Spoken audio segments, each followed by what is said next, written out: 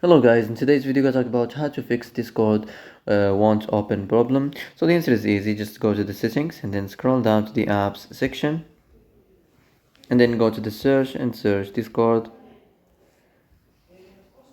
and next go to the storage.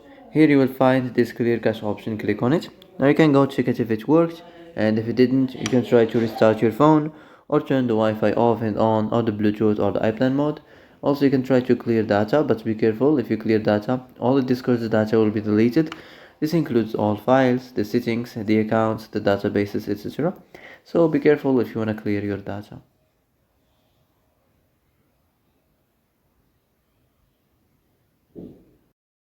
So that's it for today's video. I hope this is the answer you've been looking for. If you like this video, don't forget to like and subscribe, and see you in the next video.